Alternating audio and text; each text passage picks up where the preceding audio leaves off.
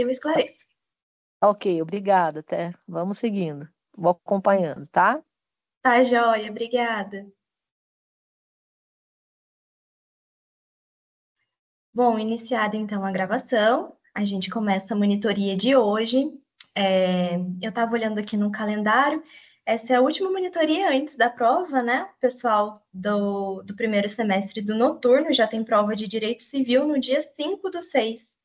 E o pessoal da manhã tem no dia 11/6. Tem uma folguinha a mais aí para estudar. Ao longo dessa semana, eu enviei uma lista de atividades para a gente resolver juntos hoje.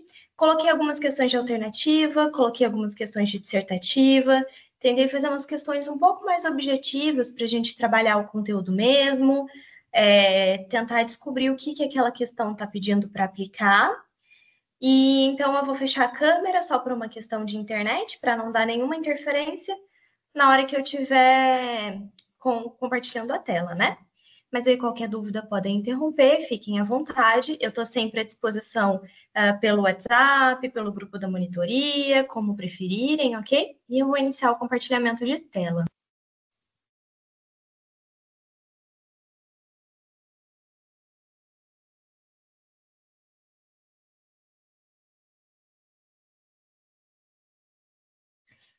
Bom, esse aqui são os nossos exercícios de fixação.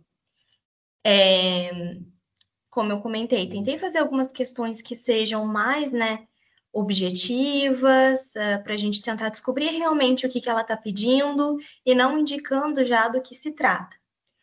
Então, começando agora a resolver o exercício, ao longo eu também vou dar algumas dicas de resolução, né? A questão 1, as primeiras questões são de alternativa. A questão 1 diz o seguinte: durante o pré-natal, Mariana descobre uma grave anomalia genética em seu filho ainda não nascido. Ao buscar esclarecimentos sobre os direitos daquele que ainda está em gestação, o médico afirma que ele não tem qualquer proteção jurídica. Inconformada, Mariana consulta um advogado, que lhe explica que o nascituro possui sim proteção legal. Com base nessa situação, analise as alternativas a seguir e assinale a correta. Aqui a gente já, se fosse um contexto de prova, o que eu recomendaria já é anotar as informações principais. Primeiro, né, o filho ainda não é nascido. O que eu sempre fiz durante as provas, eu não sei se com vocês os professores chamaram a atenção em relação a isso, mas é usar a caneta colorida. Parece bobeira, gente, mas ajuda. Eu sempre fico muito nervosa para fazer prova, para fazer exame, então às vezes eu acabo fazendo meio correndo, a gente vê os colegas terminando as questões, levantando e saindo, e às vezes você ainda está lá na metade da prova, gera uma ansiedade na gente, você acaba lendo as coisas meio torto. Pelo menos comigo acontece isso, misturo uma coisa com outra, ou deixo um detalhe passar. Então, eu costumo realmente nas provas sinalizar, passo marca-texto, passo caneta colorida para me ajudar na visualização. E eu vou estar fazendo isso aqui também nesse Docs que a gente está compartilhando para fazer atividade. Então, a primeira informação importante é um filho ainda não nascido. Então, a gente já vê que pode ter uma questão aí de personalidade jurídica, quando adquiriu, quando não adquiriu uma personalidade, né? Então, a Mariana, né? Só um minutinho, ouvi um barulho aqui. Tá tudo certo. Achei que alguém tivesse feito alguma pergunta. Retornando então. A gente percebe que o filho ainda não nasceu.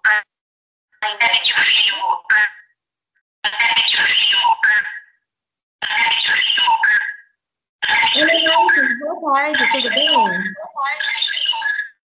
O seu áudio está bem? Ele está dando uma interferência aqui. Acho que ela saiu. Ah, não, fechou. Ah, então tá certo.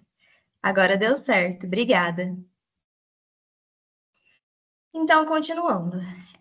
Ao buscar esclarecimentos sobre os direitos daquele que ainda está em gestação, aqui tem mais uma dica. E essa aqui é importante. É o que ela está procurando. Ela quer saber se aquele que ainda está em gestação tem algum direito. O médico vai falar para ela que ele não tem qualquer proteção jurídica. Só que ao consultar um advogado, ele explica que o nascituro possui proteção legal. Aqui é outra questão importante. o nascituro não tem qualquer proteção jurídica, ou o nascituro é aquele que ainda não nasceu, possui sim uma proteção legal. Então, nós vamos para as alternativas. Alternativa A. O nascituro é titular de personalidade jurídica plena desde a concepção? Cuidado sempre com palavras que são muito abrangentes, que, assim, colocam ali uma ideia absoluta. Questão B. A capacidade civil plena é adquirida exclusivamente aos 18 anos. Mais uma vez aqui, uma palavra que impõe uma totalidade, uma certeza absoluta. A personalidade civil da pessoa natural tem início com a concepção? A capacidade de fato é adquirida com o nascimento com vida, mas o nascituro tem alguns direitos protegidos? Bom, a resposta correta para essa questão é a alternativa D. A capacidade, de fato, ela é sim adquirida com o nascimento com vida, mas o nascituro tem alguns direitos protegidos. Então, vamos por partes. Realmente, a personalidade ela começa com o nascimento com vida, mas desde a concepção, o nascituro já tem alguns direitos que a gente conversou, que é o direito à vida, aos alimentos, porque inclusive vocês vão ver em direitos da família que existem os alimentos gravídicos, né? Que a mulher grávida também pode receber, digamos assim, uma pensão. Que o nascituro também tem direito à herança, à integridade física, né? Então ele tem capacidade de direito e só vai adquirir capacidade de fato, né, quando ele completar 18 anos ou for emancipado.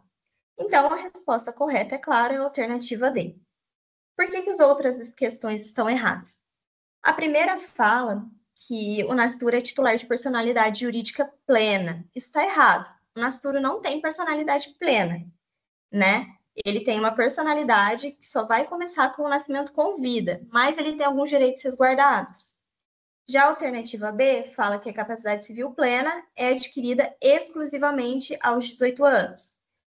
Isso está errado, porque apesar de ser a regra geral, também existem hipóteses em que a capacidade civil plena, que a capacidade civil pode ser adquirida antes dos 18 anos, por exemplo, emancipação. Além disso, aqui a gente fala de uma questão de direitos e não exatamente de capacidade.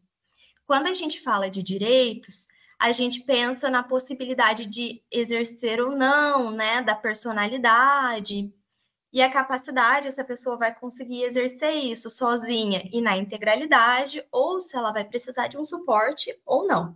Então, questão 1, alternativa correta é a alternativa D. Agora, a questão 2. Durante uma feira de antiguidades, André adquiriu um relógio que acreditava ser um modelo suíço original da década de 40, após se basear nas informações do vendedor e na estética da peça. Após avaliação técnica, constatou-se que se tratava de uma réplica moderna de baixo valor. Nesse contexto, assinale a alternativa correta. Então, aqui a gente tem um caso muito clássico no direito civil, né? Vendo aqui as palavras que podem ajudar a gente a responder a questão. Ele adquiriu um relógio que ele acreditava. Se tem a palavra acreditava, é porque realmente aquilo que ele pensava não se concretizou. Um relógio que acreditava ser um modelo suíço original da década de 40. Após se basear nas informações do vendedor e na estética da peça. Então, aqui é importante também. A gente vê que ninguém induziu ele a acreditar. Ele próprio, nas próprias conclusões dele, vendo o que o vendedor estava falando do relógio, quando ele viu que o relógio era bonito, aparentemente caro, ele próprio acreditou que era um modelo suíço original. E aí, quando ele leva para uma avaliação técnica, é constatado que era uma réplica. Ou seja, aquele modelo não é o que ele esperava que fosse. Nesse contexto, então, assinale a alternativa correta. A alternativa correta, então. A vontade de André foi plenamente válida, pois ele assumiu os riscos ao comprar em feira livre? A vontade dele foi plenamente válida? A gente já sabe que não. porque a vontade dele era adquirir um modelo suíço original e ele adquiriu uma réplica. Então, a alternativa A, a gente já viu que está errada. Ainda que houvesse engano, não há consequência jurídica para o contrato? Bom, vamos ver. O negócio pode ser invalidado se demonstrada a relevância do equívoco sobre a identidade do bem? Bom, a próxima alternativa é: o contrato é válido, já que não houve intenção de enganar? Aqui a gente, como é que eu falei? A gente tem um caso de erro com vício de consentimento. O que fala o Código Civil sobre isso?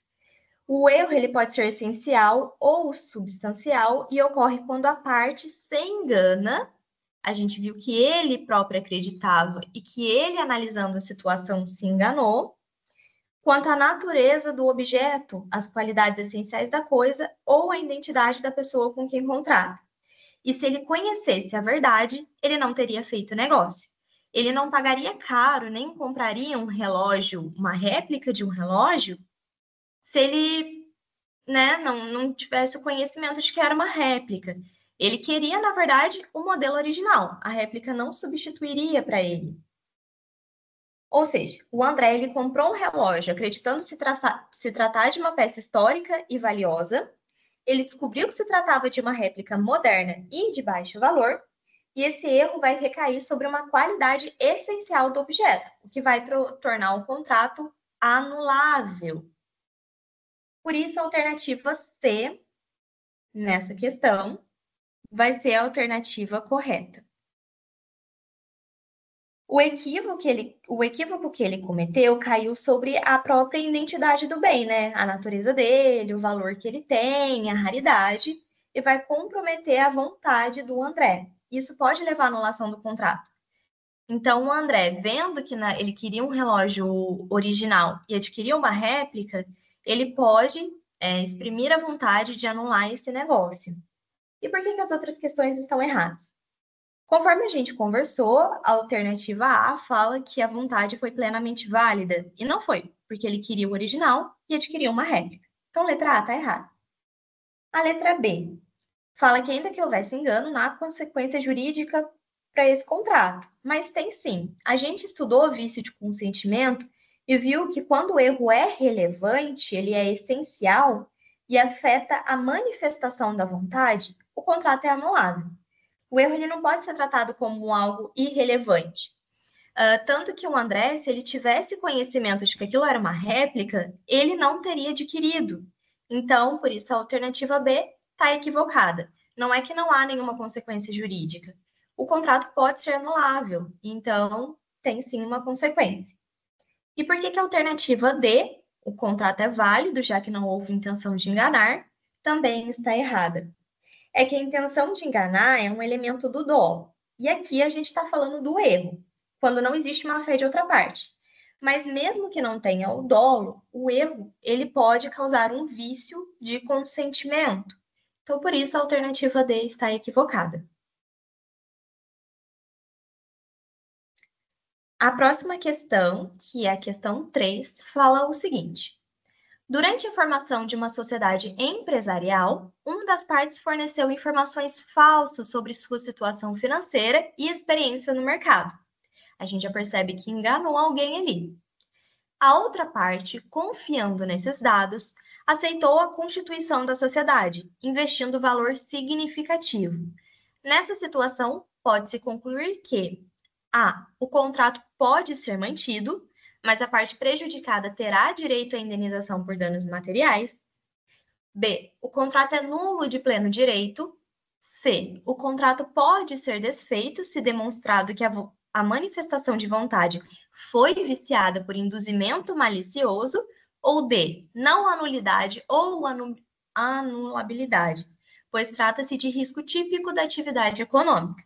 Lembrando que nulo é quando nunca produz efeitos e anulável é quando produz efeitos até que a parte requeira a anulação, certo? Bom, no caso aqui, uma das partes mentiu sobre sua situação financeira e experiência de mercado. Uma das partes forneceu informações falsas. A outra parte confiou nessas informações e investe valores significativos na sociedade. Então, confiou e investiu.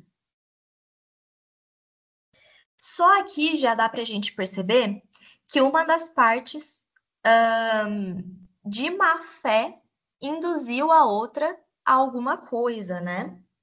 Ou seja, a manifestação de vontade aqui, ela foi viciada por uma conduta enganosa premeditada, ou seja, alguém quis enganar a outra parte.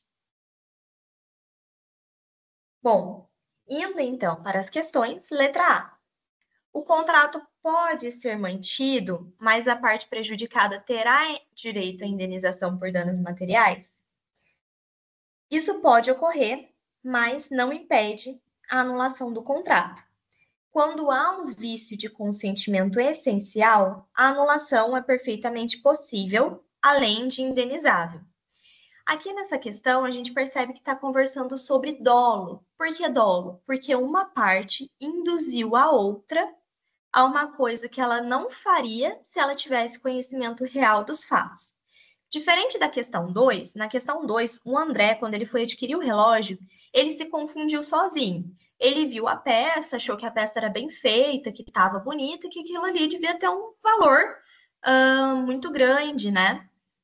Aqui não. Aqui a outra parte, maliciosamente, induziu a outra a errar. Então, houve dolo. Havendo dolo, pode ser, então, anulável, além de ter a indenização. Então, aqui a questão A está errada, porque pode sim romper esse contrato. Questão B. O contrato é nulo de pleno direito. O dolo, gente, ele torna o contrato anulável, não nulo. Nulidade é mais grave. Então, tipo, quando o objeto é ilícito, de repente a pessoa está negociando droga, né? Ou tem uma forma proibida por lei, a lei fala que aquilo não pode ser comercializado daquela forma, aí sim é nulo. No caso do dolo, é anulável, produz efeito até que a outra parte, né, requeira a anulação. Então, aqui, por causa da palavra nulo, a letra B está errada. Se fosse anulável, ok, tudo certo. Letra C. O contrato pode ser desfeito se demonstrado que a manifestação de vontade foi viciada por induzimento malicioso. Gente, a questão C, o contrato pode ser desfeito, sim, por causa do vício de consentimento, né? Foi sim demonstrado que a manifestação de vontade foi viciada por induzimento malicioso, né? Um dos sócios queria outra pessoa na sociedade que tivesse muita experiência de mercado e uma boa situação financeira. Então, era isso que essa era a vontade dele. Só que a vontade dele foi viciada porque aquelas informações eram falsas. E por que ele acreditou? Porque ele foi maliciosamente induzido a acreditar. Então, a questão C é a questão correta. Vou colocar o verde mais forte. E por que não a letra D? A letra D fala o seguinte: não há nulidade ou anulabilidade, pois trata-se de risco típico da atividade econômica. Um dos princípios também da relação contratual das atividades econômicas é a boa-fé. Então, mesmo que exista risco, a gente não pode acreditar que o risco é uma coisa normal, que tudo bem você cometer um erro ou você ser maliciosamente induzido a uma coisa. A gente tem que sempre pautar na boa-fé. Então, tá errado. O risco empresarial ele não vai justificar uma conduta dolosa. Mentir intencionalmente não é risco natural, é uma fraude. Então, letra D está equivocada. A letra certa é a alternativa C. Agora, questão 4. Após o falecimento dos pais em um acidente automobilístico, João, de apenas 10 anos, passa a viver com seu tio Carlos, que deseja regularizar juridicamente sua condição como responsável legal. Diante da situação, qual instituto do direito civil deverá ser aplicado para que Carlos possa assumir a guarda legal de João com todas as prerrogativas legais? Bom, aqui a gente percebe que ocorreu, né, o falecimento dos pais. Então, aqueles que tinham um dever de cuidado com João, que é menor, essa aqui é outra informação importante, não existem mais. E aí o João passa a viver com o tio dele, que quer regularizar a condição de responsável legal, já que os pais faleceram. Então, qual é o instituto do direito civil que a gente vai aplicar? A curatela, a tutela, a guarda ou a adoção? A alternativa A está equivocada. Por que que a alternativa A está equivocada? A curatela ela é aplicada a maiores de idade que não têm capacidade de fato. Ela não se aplica a menores. E João tem só 10 anos. Então, curatela não pode ser. B, tutela. Nesse caso, realmente a resposta é a alternativa B, tutela. E por que tutela? A questão ela vai envolver uma criança de 10 anos, ou seja, menor de idade, que ficou órfão dos dois pais, né? Do pai e da mãe, e agora é o tio que está cuidando. E de acordo com o Código Civil, os filhos menores eles são postos em tutela com o falecimento dos pais ou sendo estes julgados ausentes. É algo que está escrito no próprio Código Civil. Ou seja, a tutela vai dar ao tutor a representação legal, que é exatamente o que o Carlos está procurando, do menor em todos os atos da vida civil, com dever de zelar não só pela parte financeira, mas também pela educação, pela saúde, pelo bem-estar. É como se fosse uma medida substitutiva daquele poder familiar que a gente conversou, que vai se extinguir com a morte dos pais, né? E por que as outras questões estão erradas? Bem, a curatela a gente conversou, a curatela é só para maiores de idade e o João é menor. A guarda não se encaixa, porque a guarda é uma medida de proteção prevista lá no Estatuto da Criança e do Adolescente, que não vai substituir o poder familiar. Ela pode ser atribuída a terceiros, mas ela não vai dar, assim, plenos poderes legais sobre o menor, tipo administração dos bens, representação judicial, tanto que, assim, o responsável legal na questão da guarda, ele pode até mesmo estar vivo, só que não ter condições, né, de promover a segurança e o cuidado com aquela criança. A guarda, ela está mais relacionada ao poder que você dá para um terceiro sobre o poder de proteger e cuidar daquela criança. Já a tutela é mais quando o poder familiar se extingue. O poder familiar é aquele que a gente conversou, que somente os pais podem ter, né? Que está realmente ligado a uma questão mais profunda ali de convivência com a criança. E também não se trata de adoção, né? Porque a adoção, o tio pode até vir a adotar essa criança, né? Mas vai exigir um outro tipo de procedimento judicial próprio, com estágio de convivência, estudo psicossocial. A questão ela está pedindo mais uma solução imediata e legalmente eficaz, que é a função da tutela. Então a gente viu assim, representação legal de menor, tutela. Agora na questão 5. Maria, com 16 anos de idade, deseja casar-se com seu namorado de 18 anos. Ambos contam com o consentimento formal dos pais da adolescente.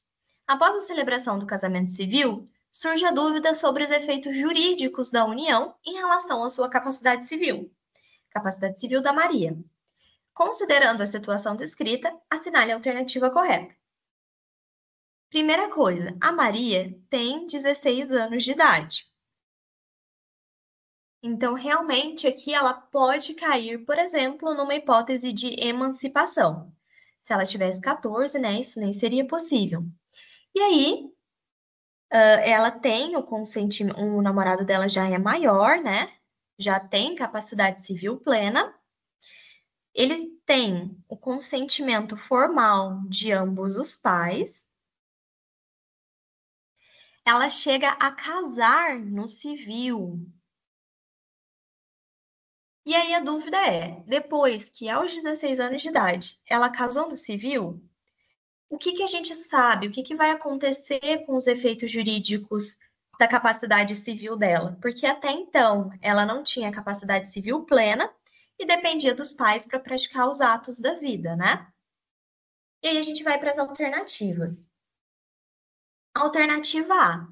A Maria continua relativamente incapaz mesmo após o casamento? Pense que a Maria casada vai precisar que os pais continuem assinando os documentos, que os pais continuem representando ela? Alternativa B. Maria adquire capacidade civil plena por efeito de emancipação legal. Letra C. Para adquirir plena capacidade civil, Maria precisará de autorização judicial específica, então ela casou. Para ser plenamente capaz, ela vai ter que entrar com um processo? Ou Maria só vai ser considerada plenamente capaz ao atingir os 18 anos? A alternativa A, ela está errada. O casamento com autorização vai já emancipar legalmente a menor. Ela deixa de ser relativamente incapaz. E isso já mostra pra gente que a alternativa B é a correta. Isso, gente, é uma das hipóteses que está já escrita no Código Civil. O casamento é uma das hipóteses de emancipação legal. Porque pensem só, a pessoa casada precisando que os pais assinem documentos, que os pais compareçam à escola, né? A alternativa C também está equivocada, porque a emancipação pelo casamento dispensa a autorização judicial. A autorização dos próprios pais para o casamento já é suficiente, né? Os pais assinam lá um documento de que eles estão autorizando, e aí a pessoa é emancipada. E a alternativa D também está errada, porque a capacidade civil plena aos 18 anos é a regra geral. Só que existem hipóteses, né, que antecipam a aquisição da capacidade plena, que são as hipóteses de emancipação, sendo que o casamento é uma delas. Então, resposta correta, alternativa B. Questão 6. Joana aceitou vender um terreno por um valor inferior ao de mercado após ser pressionada por um parente próximo que ameaçou divulgar informações embaraçosas sobre seu passado caso ela recusasse. A venda foi formalizada dias depois. Com base no caso descrito, é correto afirmar que: primeiro, ela vendeu o terreno por um valor inferior ao de mercado. Então, aqui a gente viu que ela foi prejudicada de alguma forma após ser pressionada por um parente próximo. Então, a gente vê que ela foi coagida, né? Que ela foi lesionada de alguma forma, porque foi coagida por um parente próximo, que ameaçou divulgar informações embaraçosas caso ela recusasse. E aí a gente vê que ele usou para coagir ela, para pressionar ela, a própria questão mental, né, moral dela. Poxa, eu vou mostrar essas coisas constrangedoras sua para toda a família se você se recusar. E então ela realmente vende a casa nessas condições. Nesse caso, alternativa A ameaça não afeta a validade do contrato porque não envolveu violência física, só moral? Alternativa B. A venda pode ser anulada se comprovado que a ameaça interferiu na liberdade de decisão da vendedora, ou seja, se ela não tivesse sido ameaçada, ainda assim ela venderia o imóvel em um valor inferior ao do mercado? Alternativa C. O contrato é irretratável, pois foi formalizado com consentimento? Ou alternativa D. A única consequência possível é indenização por dano moral. Em relação à alternativa A, ela está errada. Por quê? Ela fala que não vai afetar a validade do contrato porque não envolveu violência física. Só que ocorre o seguinte: o Código Civil ele reconhece a coação, a pressão psicológica, a pressão moral também como um vício válido para anular um contrato. Não só a violência física, mas as ameaças psicológicas, emocionais, tortura psicológica, tudo isso pode sim anular um contrato. Então, a alternativa A está errada. Nesse sentido, a gente já percebe que a alternativa correta é a alternativa B. Porque a venda ela pode sim ser anulada se for comprovado que a ameaça interferiu na liberdade de decisão da vendedora. Se ela não tivesse sido ameaçada, ela não teria vendido aquela casa. E a gente percebe que ela não tinha essa vontade de vender porque esse parente precisou ameaçar. Se ela já tivesse a intenção de vender por um valor inferior ao do mercado, ela não precisava nem ser ameaçada. Ele nem precisaria ter chegado a esse ponto, né? A alternativa C é incorreta, porque o consentimento só é válido quando é livre e consciente. Se teve ali uma pressão, uma coação, se a pessoa foi obrigada, ele pode sim ser retratado. E a alternativa D está incorreta, porque a principal consequência vai ser a anulação do negócio jurídico. A indenização pode até ser cabível, sim, mas ela é uma consequência, digamos assim, acessória. Você pode pedir uma indenização por dano moral, mas aqui o principal é que você pode anular esse contrato. Então, a alternativa D está equivocada. Você pode também pedir a anulação. Agora, sobre a questão 7. Carlos embarcou em um cruzeiro pelo litoral do Nordeste e, durante uma forte tempestade, o navio naufragou. Seu corpo jamais foi encontrado. Passado algum tempo, sua esposa deseja resolver a situação jurídica da herança e do Estado Civil. Nessa hipótese, de acordo com o Código Civil, o que se considerará sobre Carlos? Então, primeiro, Carlos ele estava em um cruzeiro pelo litoral do Nordeste, que era tudo que eu queria agora, gente. Infelizmente, a situação financeira não está permitindo. Então, aconteceu, durante essa viagem, uma forte tempestade e o navio naufragou. O corpo dele nunca foi encontrado. Então, não dá para saber se ele está morto ou vivo, porque não encontrou o corpo, né? Passou um tempo, então, a esposa, né, ela ficou em dúvida. E aí, como é que ficou a questão da herança? Como é que está meu estado civil? O ordenamento jurídico brasileiro considera morta a pessoa quando tem morte encefálica, quando o cérebro para. Isso só é possível de constatar se você tem um corpo. Só que o marido dela estava no meio de uma tempestade no mar e o navio naufragou. Só que nunca acharam o corpo. Então a gente vai para as alternativas. Alternativa A: o Carlos será presumido morto imediatamente após o desaparecimento? Alternativa B: após um ano de ausência, será declarado presumidamente morto com decretação de ausência? Alternativa C: após um ano de ausência, será declarado presumidamente morto sem decretação de ausência? Ou alternativa D: após 10 anos de ausência, será declarado morto e haverá abertura de sucessão provisória. Em relação às alternativas, a alternativa A está errada. O Código Civil, a alternativa A está errada porque a declaração de morte presumida exige todo um processo judicial e ela não ocorre automaticamente. Ou seja, cuidado novamente, como eu falei, com aquelas palavras que elas impõem algo absoluto. Aqui, por exemplo, ele morreu e já foi, ele desapareceu e já foi declarado morto. Então, naquele momento que o corpo de bombeiro fala, olha, não encontramos o corpo do seu marido, ela pode simplesmente, a esposa pode simplesmente ir até um cartório e falar, olha, ontem o corpo de bombeiro disse que não encontrou o corpo do meu marido, então eu quero declarar ele morto. Gente, não tem como. Muito cuidado com essas palavras que são assim, que determinam uma verdade absoluta. Elas geralmente estão incorretas. Então, letra A, não. Alternativa B. Após um ano de ausência, será declarado presumidamente morto com decretação de ausência?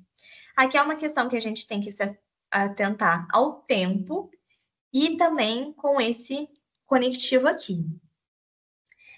Essa alternativa ela vai misturar, né, dois institutos. Aqui não é o caso de ausência, né? E não se exige a fase de ausência para declarar a morte presumida quando há risco de vida.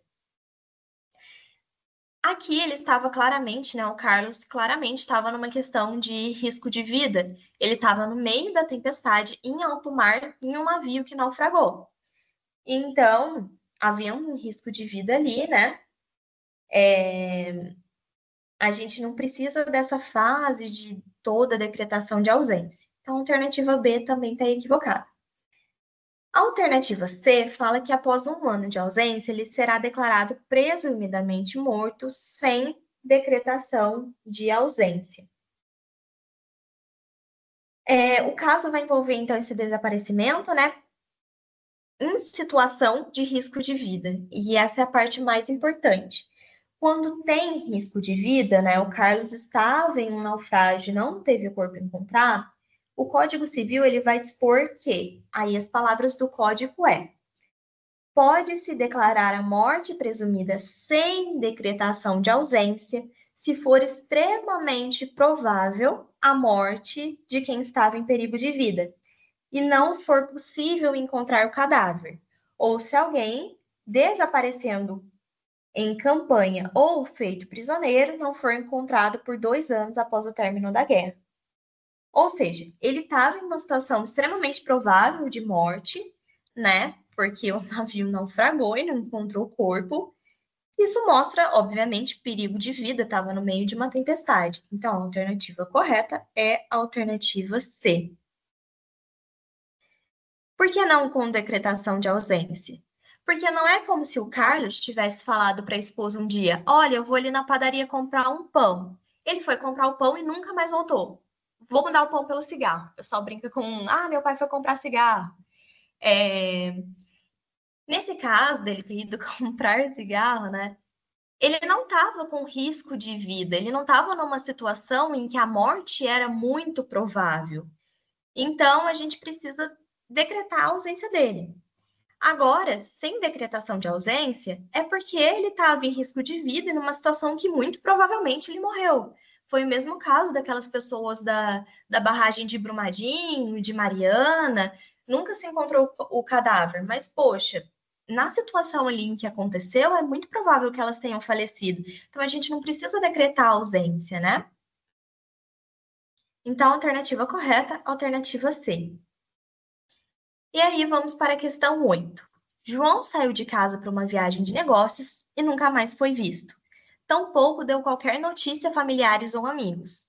Sua esposa busca regularizar a administração dos bens do casal.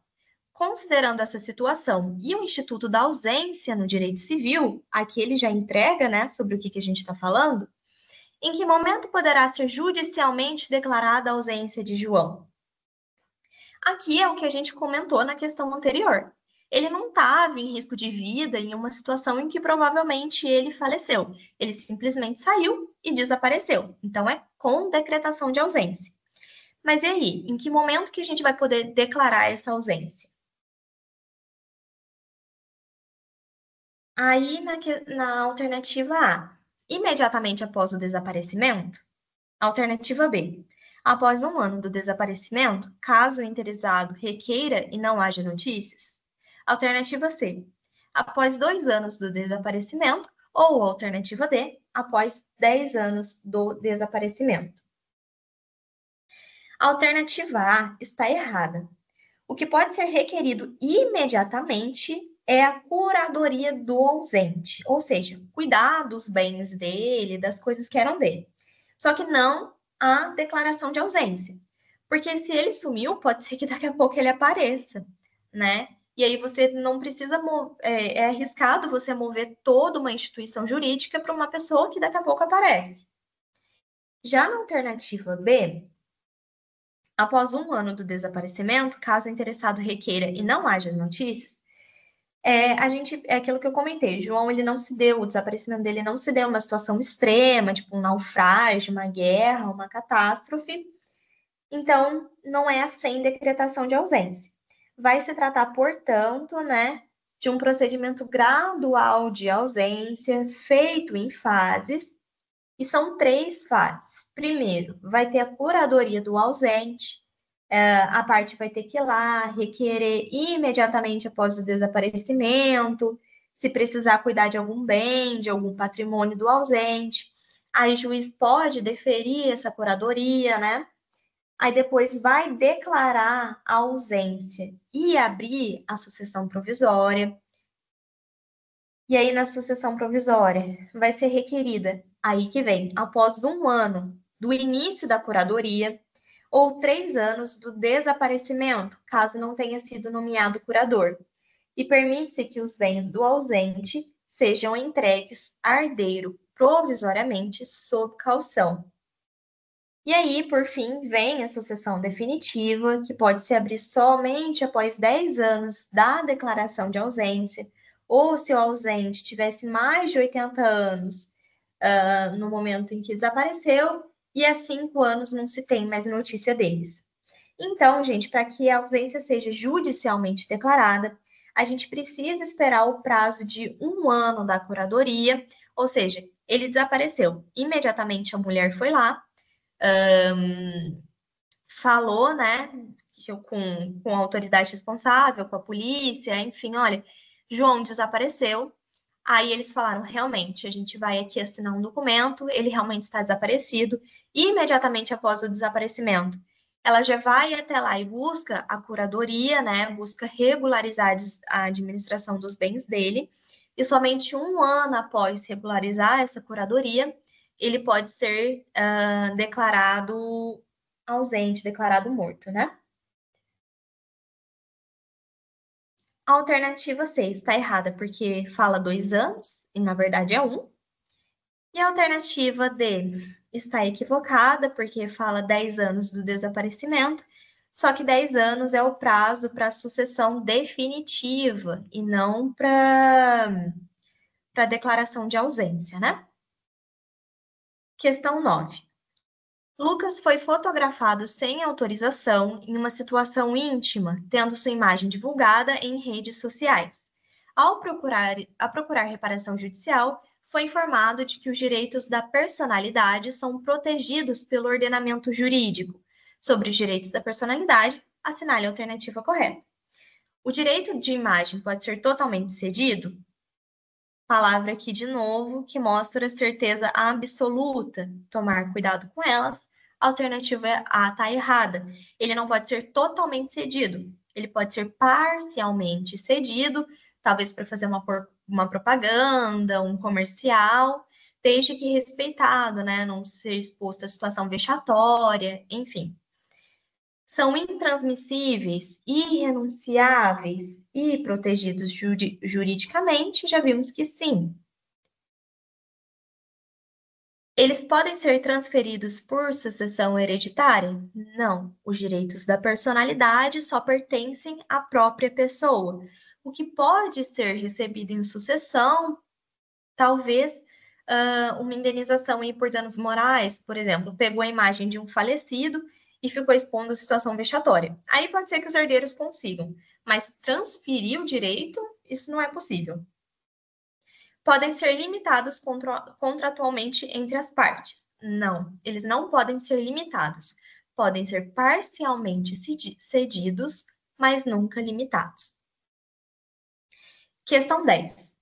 Um grupo de amigos decide constituir uma associação para promover eventos culturais em sua cidade. Eles redigem um estatuto, iniciam suas atividades, mas ainda não registraram um ato constitutivo em cartório. Considerando a legislação civil, em que momento a pessoa jurídica adquire personalidade jurídica? Ele já dá até uma dica, né, da pergunta na própria questão. A. Quando começa a exercer suas atividades de fato. B. Com o registro do Estatuto Social em cartório competente. C. Quando a primeira reunião oficial é realizada. Ou D. Quando a primeira receita é auferida pela entidade. A alternativa correta é a alternativa B. Com o registro do Estatuto Social em cartório competente. E aqui eu chamo a atenção para vocês para a parte do cartório. É feito o registro em cartório porque se trata de uma associação. Se a gente estivesse falando aqui de uma empresa, aí no caso do estado de São Paulo, por exemplo, seria na JUSESP, é sempre naquele rol que tem no Código Civil, do local competente a ser feito o registro. Então, no caso, a associação só adquire personalidade com o registro de estatuto social em cartório competente. Questão 11. Uma empresa de pequeno porte, utilizada para fins pessoais por seus sócios, acaba gerando grande prejuízo aos consumidores. Descobre-se posteriormente que havia confusão entre os bens da empresa e os pessoais dos sócios. Isso aqui é importante. Diante disso, o juiz decide responsabilizar os sócios diretamente. Em qual das hipóteses a seguir é cabível a desconsideração da personalidade jurídica? Alternativa A. Quando a empresa possui muitos sócios e movimentação financeira elevada, a gente já sabe que essa está errada. Pode ser uma empresa grande, com muitos sócios, movimentar muito dinheiro e está tudo certo. Alternativa B. Quando há confusão patrimonial entre a empresa e os sócios, a alternativa B é a alternativa correta. A gente viu que a própria questão já deu essa dica. Havia confusão entre os bens da empresa e os pessoais do sócio. E, diante disso, o juiz decidiu responsabilizar os sócios diretamente. A pergunta aqui, ela não fala se o juiz fez certo ou não. Então, a própria questão já te disse que o juiz agiu certo em responsabilizar os sócios diretamente. E a gente vai lembrar lá da questão daquele manto de proteção da personalidade jurídica, que a empresa, quando ela é regular, tem um registro certinho, quando o bem da empresa é utilizado para os fins da empresa, não se mistura com os bens do sócio, o patrimônio pessoal da empresa é autônomo, não vai se confundir. Então, somente a empresa vai poder responder pelos débitos que, né, judicialmente, aquilo que vem a caber a ela, e o sócio não. Só que em caso de fraude, de desvio de finalidade, de confusão patrimonial, que foi aqui o caso, pode desconsiderar esse manto de proteção da empresa e atacar o patrimônio pessoal dos sócios, que é exatamente aqui o que aconteceu. Então, a alternativa C é equivocada, quando a empresa está inadimplente, o mero inadimplemento da empresa não autoriza a desconsideração da personalidade jurídica. Então, não é só porque a empresa está devendo que o sócio vai ter que pagar. Isso é uma decisão que saiu dos tribunais superiores. E a alternativa D, quando a empresa muda frequentemente de endereço. Às vezes o dono pode ser meio azarado, alugar um lugar que sempre não dá certo para a empresa e ela fica mudando de endereço, né? Se não for com a intenção de fraude, né? Aí tudo bem, não está errado. Questão 12. Essa agora começam as questões dissertativas, né? Clara, com 17 anos, é emancipada por força de decisão judicial requerida por seus pais, que alegam que ela já possui discernimento e administra seu próprio negócio virtual com responsabilidade. Pouco tempo depois, ela tenta realizar sozinha um contrato de financiamento bancário para comprar um automóvel. Só que a instituição financeira nega sob o argumento de que ela continua sendo relativamente incapaz. Considerando o caso acima, explique se Clara tem ou não capacidade civil plena para realizar o contrato sozinha. Realmente, quem tem entre 16 e 18 anos é relativamente incapaz, e a capacidade adquirida plenamente aos 18.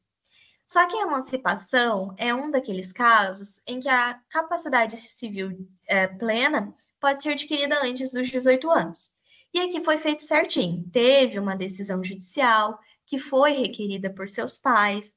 Eles confirmaram que a Clara tem discernimento e tem o seu próprio negócio com responsabilidade e ela já tem renda para se cuidar sozinha. Então, a gente percebe que ela pode, sim, todos os critérios para a emancipação foram perfeitamente cumpridos. E se a emancipação foi perfeitamente cumprida, ela adquiriu personalidade civil plena. Então, a resposta aqui no caso seria a seguinte: sim, Clara possui capacidade civil plena. Opa. Para realizar o contrato sozinha. Aqui, gente, eu vou parar um pouquinho a explicação da questão para dar uma dica de resposta dissertativa para vocês. Às vezes a gente fica em dúvida sobre como começar a responder uma questão dissertativa. Eu não sei se é o caso do Fred agora, mas antes ele sempre dava uma quantidade de linhas para a gente responder as questões, né? Então, às vezes, você estava começando a introduzir ou dando muitos exemplos, e aí acabava o número de linhas, ficava até meio feia a folha, sabe? Tudo meio em cima do outro. Então, sempre tente responder primeiro o que a questão está perguntando. Explique se Clara tem ou não capacidade civil plena para realizar o contrato sozinha. O contrato sozinha. A resposta aqui é sim. Você começa com sim. Ela possui a capacidade civil plena. E aí depois você começa a explicar. Isso vai ajudar você a não se perder na resposta. Porque se você começar já explicando de uma vez, pode ser que ao final você esqueça de afirmar se ela pode ou não. E aí vai ficar só um monte de conteúdo que não respondeu ao que a pergunta está pedindo. Então, isso é realmente mais uma dica, né? Então, voltando à questão, a negativa do banco, nesse caso, está equivocada. Talvez até os funcionários não fizeram, não estudaram direito universal, então eles desconhecem que a emancipação judicial tem o mesmo efeito da maioridade civil, né? E retira a incapacidade relativa e dá a capacidade plena para a menor emancipada. Então, ela pode apresentar lá a certidão de emancipação devidamente registrada dela e contratar por conta própria o financiamento.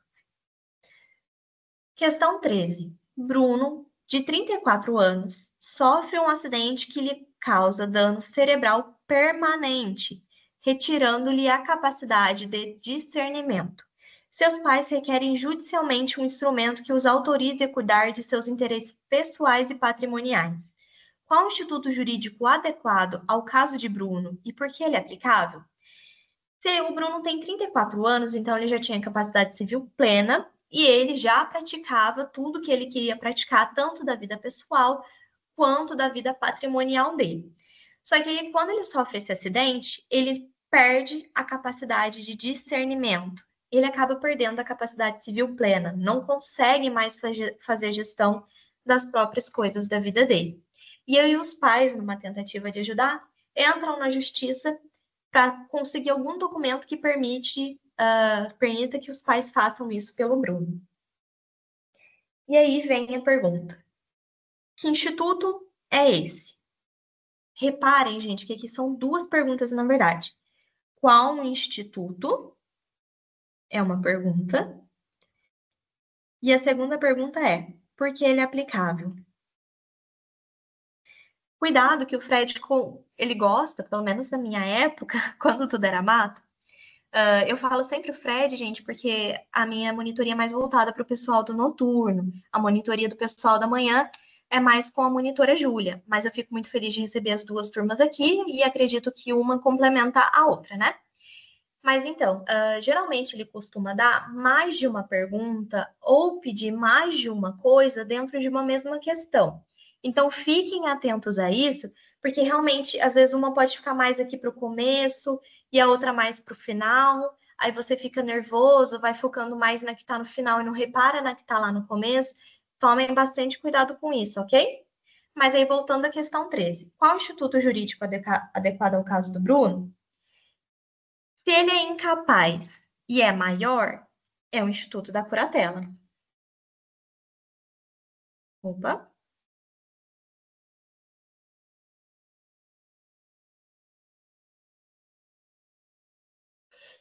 E por que ela é aplicável? Exatamente por causa do que a gente conversou, né?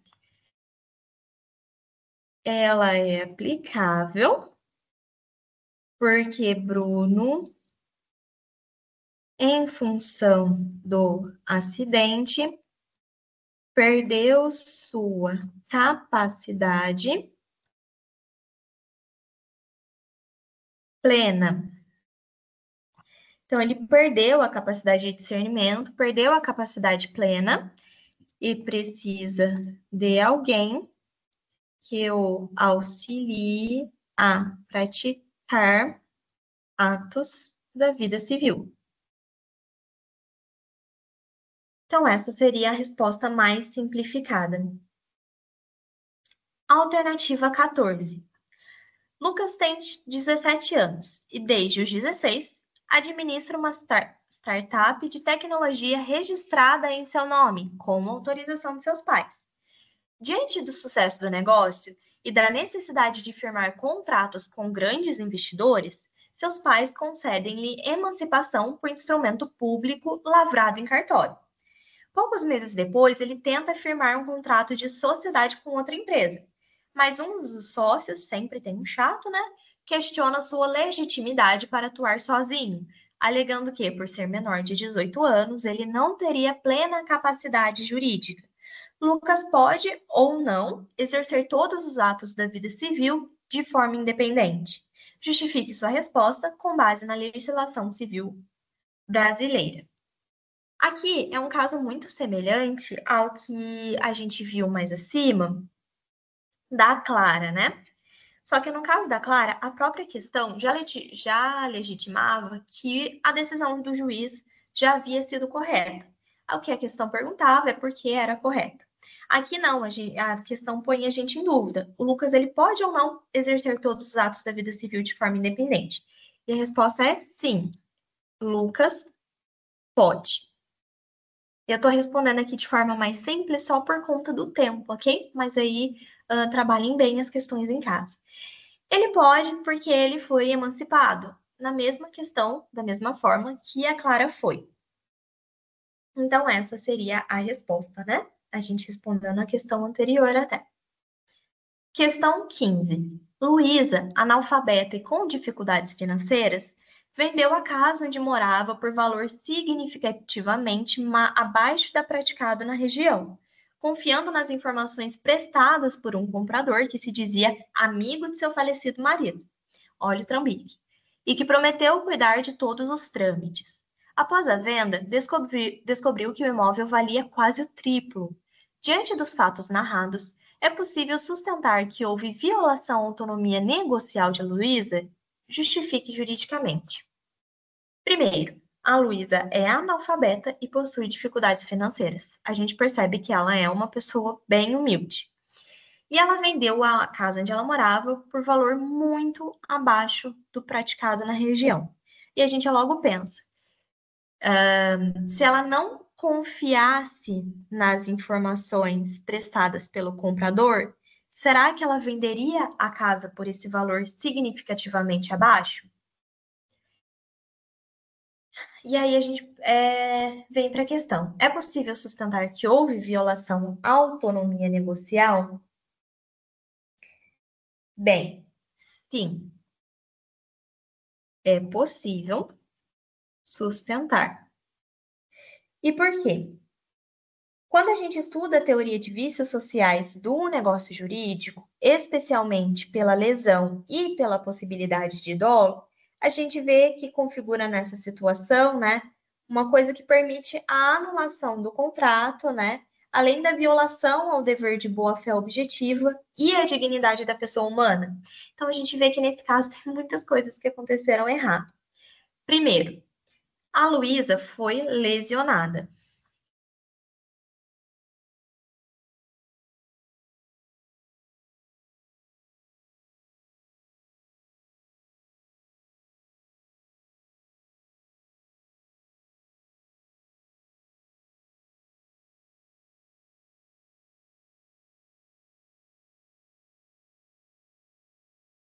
Lesão aqui porque ela foi prejudicada. Ela sofreu uma, digamos assim, ela realmente foi lesionada, né, na questão do exercício da vontade dela pela má fé praticada pelo próprio comprador.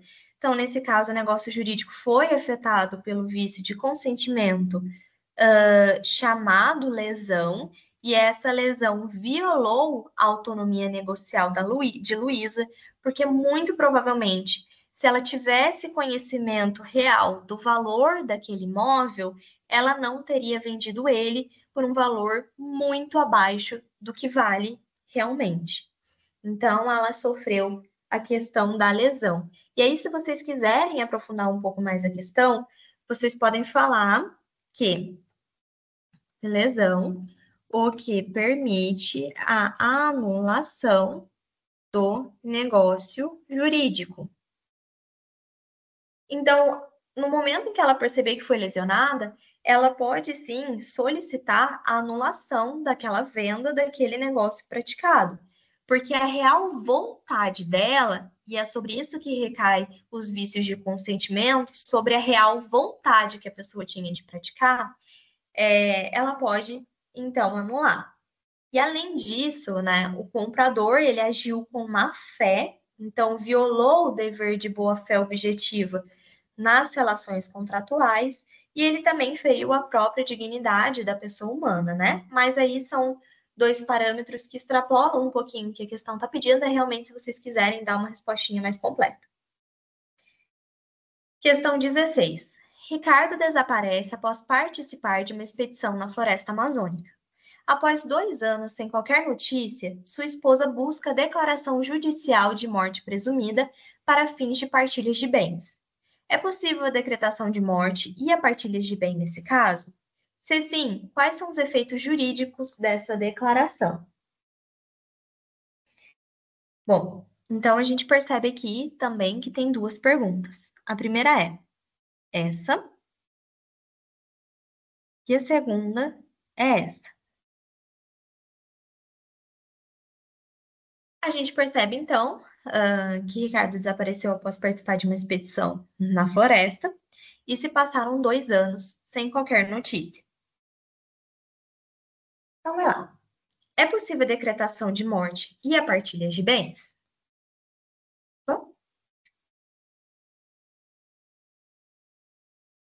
sim, é possível a decretação de morte, e nesse caso vai ser morte presumida com decretação prévia de ausência, se tiverem, né, preenchidos os requisitos legais. Ou seja, ele estava em uma situação em que não havia nenhum perigo de vida, não era muito provável que ele estivesse morto, né? Então, é possível a decretação de morte.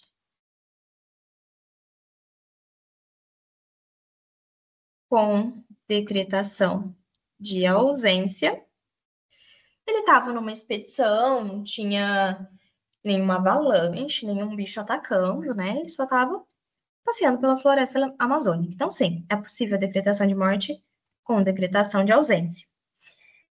É possível a partilha de bens nesse caso? Sim. Essa declaração vai permitir a abertura, né, daquela sucessão provisória.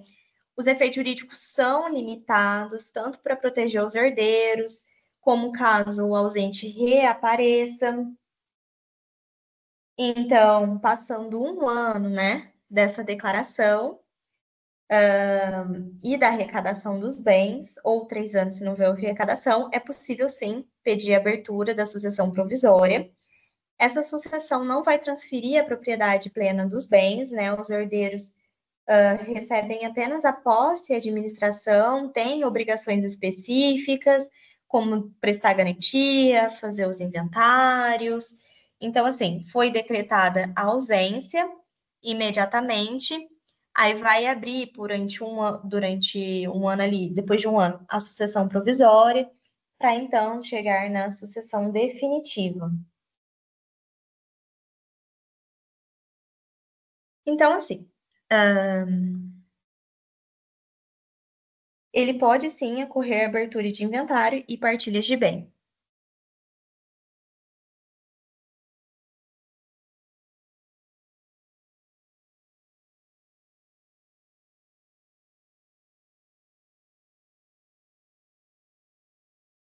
E aí, só para enfatizar, se ficasse demonstrado que o Ricardo estava em uma situação de exposição de risco em que a morte era muito provável, seria uma decretação de morte sem a decretação de ausência. Nesse caso, foi com decretação de ausência, porque a questão não demonstrou que ele estava em uma situação de risco de vida.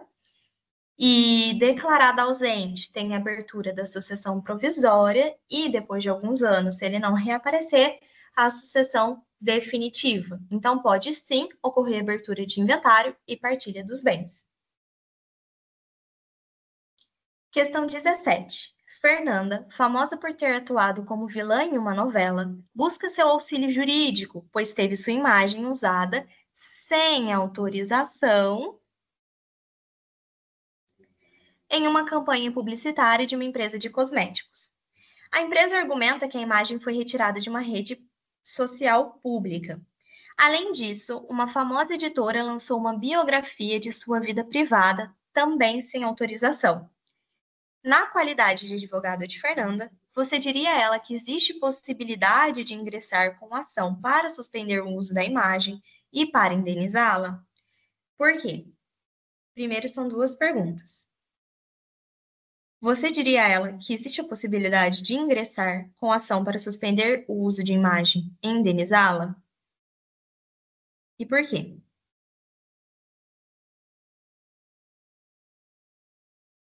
Primeiro, a Fernanda é famosa.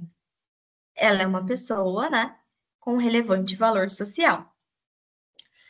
O primeiro fato é que ela teve a imagem usada sem autorização em campanha publicitária. O segundo é que uma editora lançou uma biografia sem autorização. E aí, qual a situação da Fernanda? A resposta aqui vai ser a seguinte: sim, como advogado,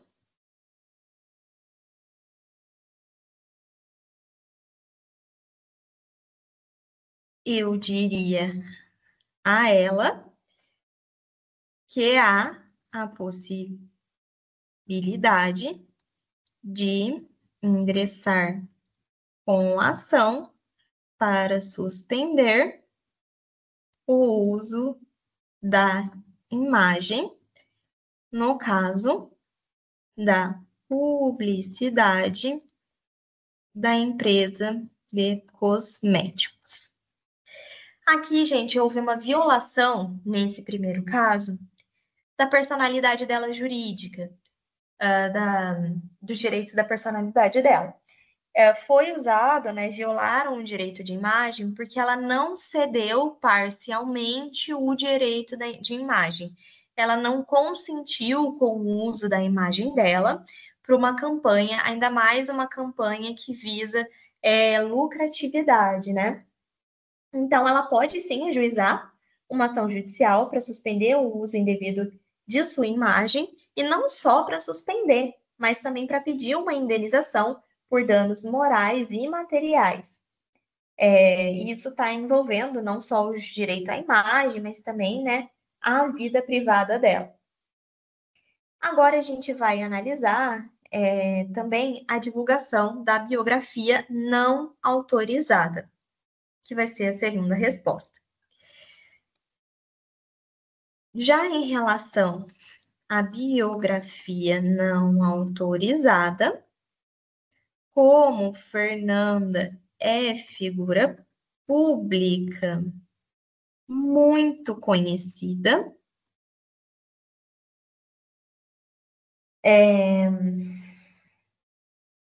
como ela é uma figura pública muito conhecida,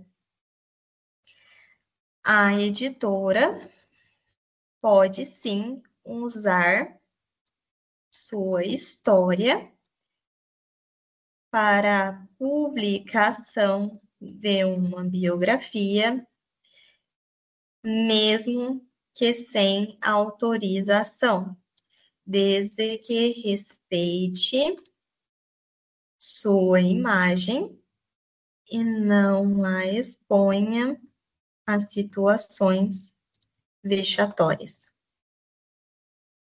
Conforme o julgamento da ADI, Ação Direta de Inconstitucionalidade 4815 do STF. Então, são duas situações. Na primeira, a empresa de cosméticos usou a imagem da Fernanda sem autorização, com intenção de lucratividade, né? E por isso ela pode pedir para suspender, pode até pedir uma indenização por danos morais por terem violado a imagem e a privacidade da vida dela.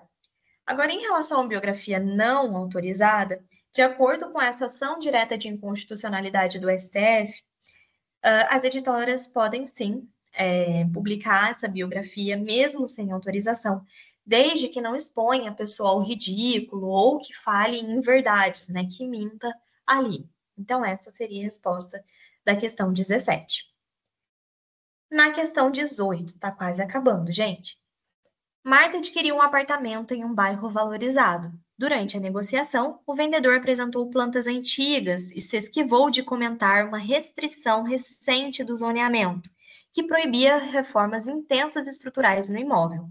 Após a compra, Marta descobre que não poderá fazer as alterações pretendidas. A situação revela algum vício que possa comprometer a qualidade do contrato firmado? Justifique com base na liberdade contratual e nos deveres decorrentes da boa-fé. Primeiro, ela quis, sim, a Marta quis adquirir aquele apartamento, só que o vendedor omitiu, ou seja, ele agiu dolosamente, ele teve a intenção de esconder dela sobre as restrições de zoneamento e a proibição de reformas estruturais no imóvel. Então, mesmo que a Marta quisesse adquirir aquele imóvel, talvez, se ela soubesse da restrição e da proibição de reforma, ela tivesse desistido. E como o vendedor agiu com a intenção de esconder isso, a gente vê que tem sim um vício de consentimento ao vício sobre a vontade que a pessoa tinha de realizar aquele negócio. Então a resposta será sim. Há um vício de consentimento, sendo este o dolo. Precisamente, né? Um dolo por omissão. Por que por omissão? Não é que o vendedor falou para ela que não tinha nada a ser arrumado. Nossa, o apartamento está perfeito, não tem nada para fazer nele, tá tudo certinho. Ele sabia que tinha aquelas alterações, sabia que a Marta pretendia fazer uma reforma, só que ele simplesmente se omitiu. Ele não comentou sobre isso. Então, é um dolo por omissão. E isso compromete, claro, a validade do contrato firmado, porque ele pode ser anulado.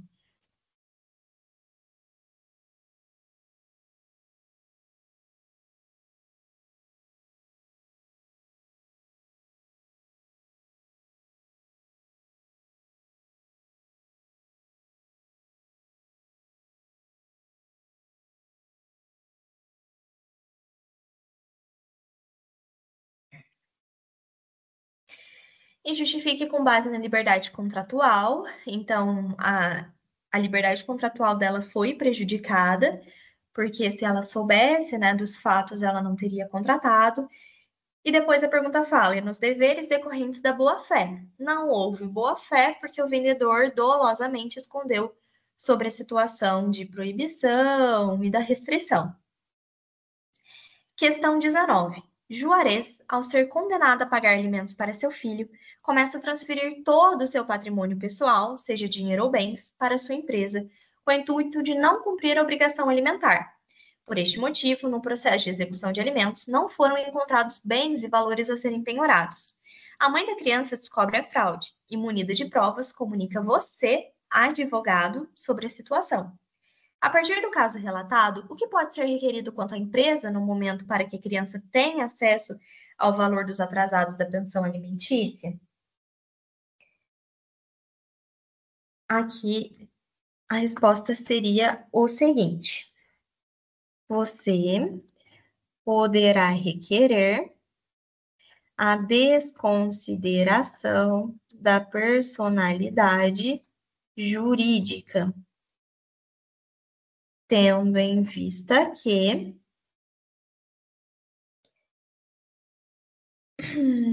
houve confusão patrimonial e intenção de fraude.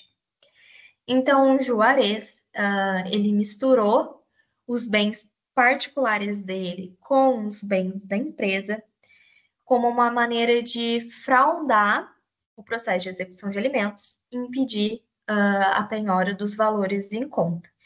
Então, havendo confusão patrimonial e fraude, pode ser desconsiderada personalidade jurídica. Questão 20. João compra um automóvel e, após 9 meses, descobre um vício oculto no motor. Ele procura o fornecedor pedindo reparação, mas é informado de que o prazo para fazê-lo já expirou, pois ele deveria ter notificado em até 90 dias a contar da ciência do defeito. Cite a natureza do prazo aplicável e discorra sobre ela. Em relação a essa questão, aqui também trata-se de um vício, né? Mas aqui, gente, eu percebi agora que eu entrei muito na parte do Código de Defesa do Consumidor. Então, eu vou pedir desculpa para vocês, mas eu vou colocar como anulada, já que entra muito nessa parte do consumidor, né? Só que eu vou explicar um pouquinho também. Aqui existe um vício de consentimento também, né? Ele não adquiriria o veículo, o automóvel, se ele soubesse que havia aquele defeito. Na verdade, seria também uma questão sobre vício de consentimento. Questão 21. Paulo é empresário, reside em São Paulo, mas possui uma filial de sua empresa no Rio de Janeiro, onde assina um contrato de fornecimento com outra empresa, a ABC Comércio. Mais tarde, ao não receber o valor que lhe era devido em decorrência do contrato, ele ingressou com um processo judicial que indicava o Rio de Janeiro como local de execução.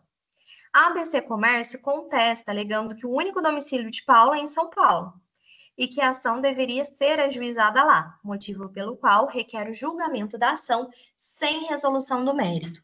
Considerando o conceito de domicílio e local de celebração, a afirmação da empresa ABC Comércio quanto ao domicílio de Paulo está correta?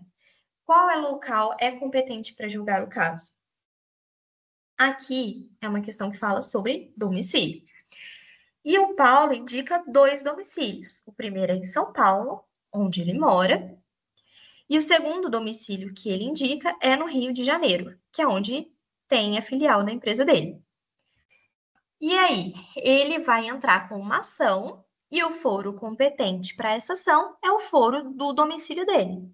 Só que a questão indica 2, São Paulo e Rio de Janeiro.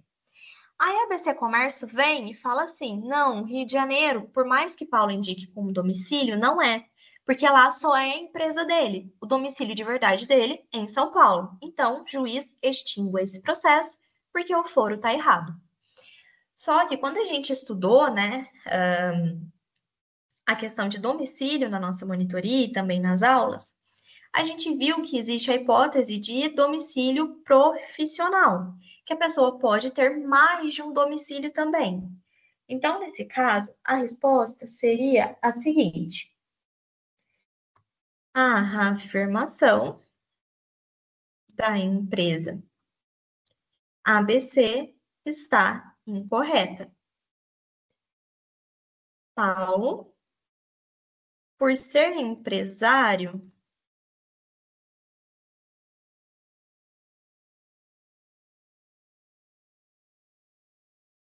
e possuir endereço profissional, ou seja, domicílio profissional no Rio de Janeiro, também possui domicílio nesse local, ou seja, o domicílio profissional dele. Então, o ajuizamento da ação no Rio de Janeiro é legítimo, até porque o contrato foi assinado e executado ali, o processo pode ocorrer.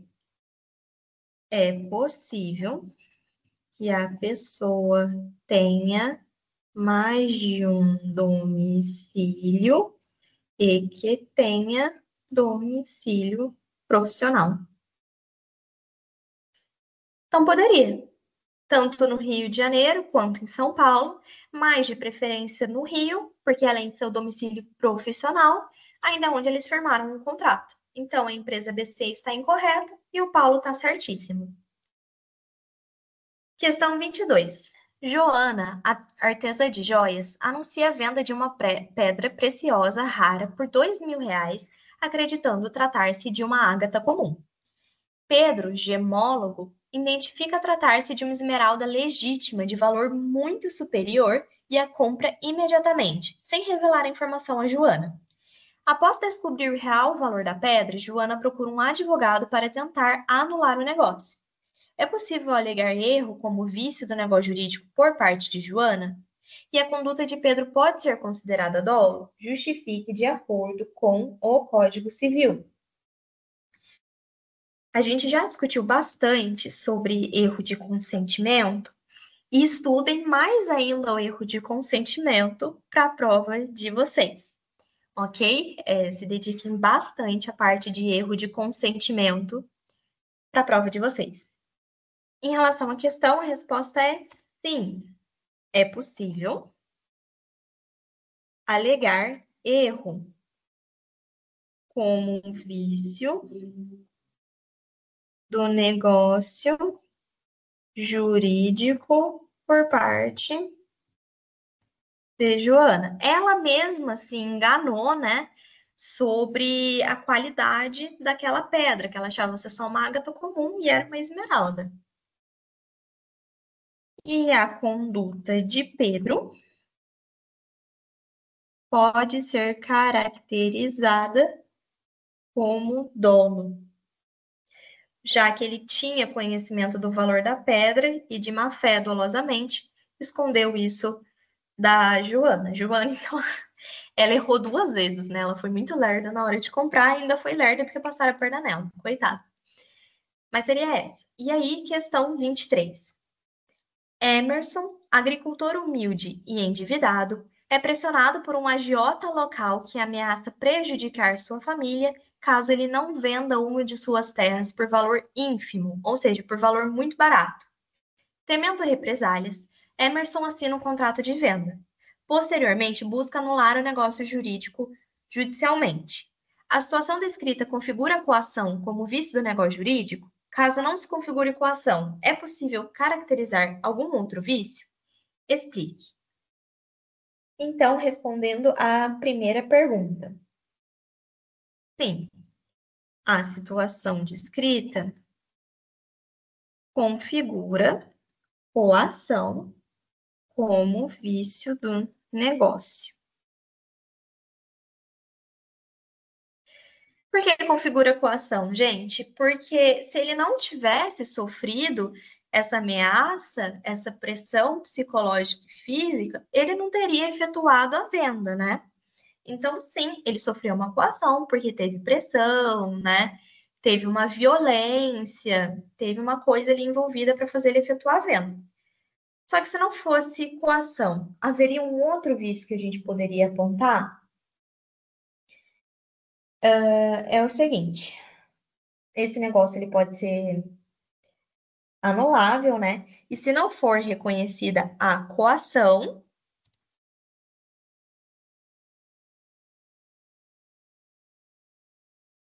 poderá ser apontada a lesão. Por que a lesão? Porque ele foi prejudicado, ele foi realmente lesionado quando efetuou a venda das terras dele por um valor muito inferior.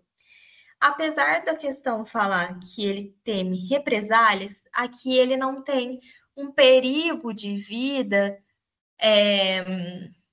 imediato, não é aquela urgência para a gente apontar o estado de perigo, né? Então, por isso que seria ou coação, e a coação se justifica pela pressão, pelas ameaças, né, pela violência, ou lesão por ele ter sido prejudicado pelo ato praticado.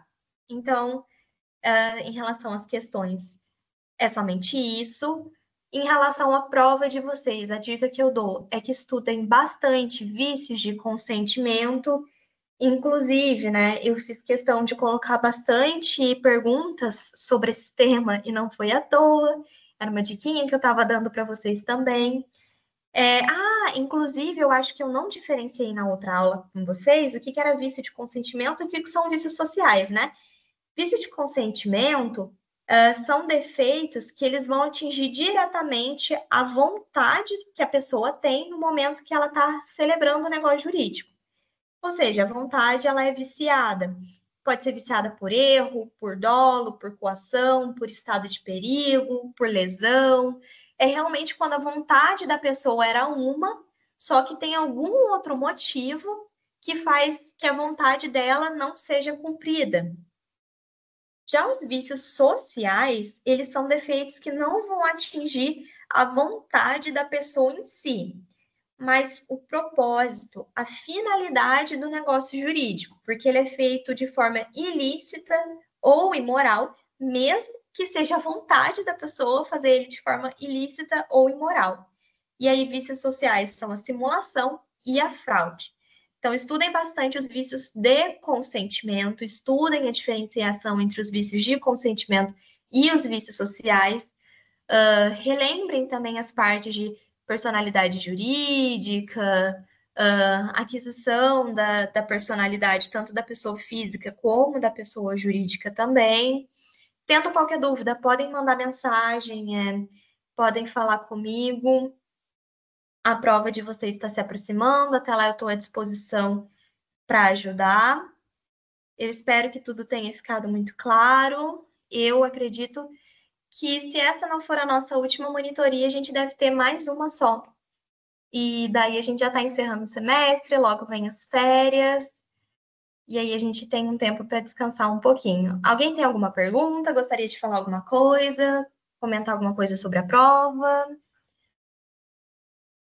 Tá tudo certinho? Acredito que esteja tudo ok, né? Tá, joia, pessoal. Eu quero muito agradecer a participação de vocês estarem aqui hoje, terem acompanhado a monitoria.